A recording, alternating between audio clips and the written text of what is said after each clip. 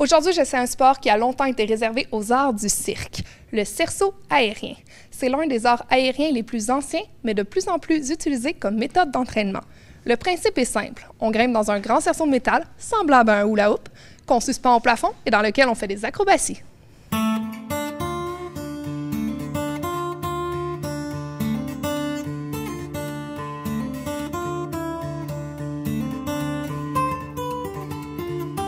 Marine, quand on parle de cerceau aérien, c'est pas très connu. Qu'est-ce que c'est exactement?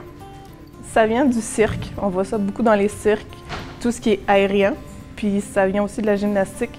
Ils l'utilisent beaucoup. Fait qu'on travaille tout ce qui est flexibilité, force, stabilisateur, un mélange de tout. Donc vraiment, c'est de monter dans le cerceau et de faire des figures? Ou Exactement.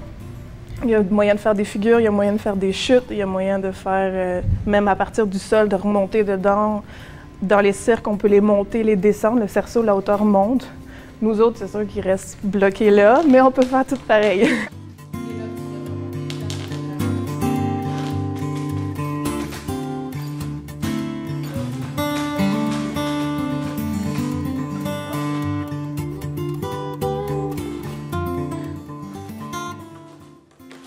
Quand tu parles de chute, qu'est-ce que c'est exactement?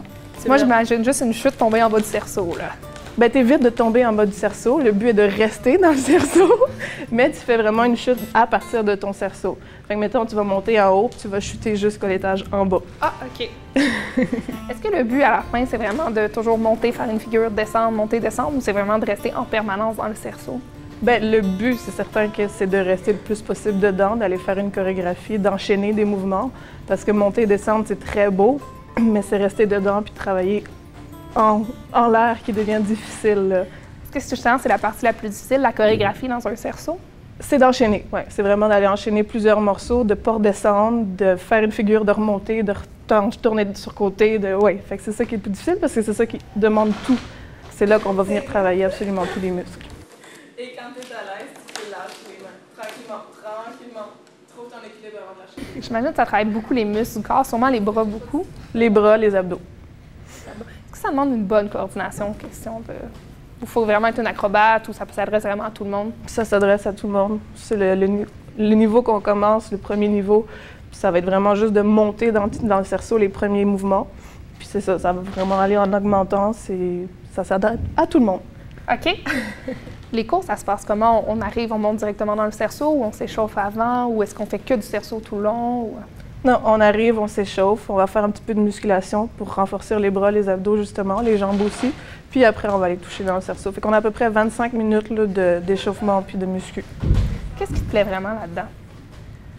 La beauté, je dirais. Je trouve ça tellement beau. Okay. C'est athlétique, c'est un mélange de tout, puis ça te permet de t'exprimer. Moi, quand je file pas, je fais du cerceau, puis j'oublie tout.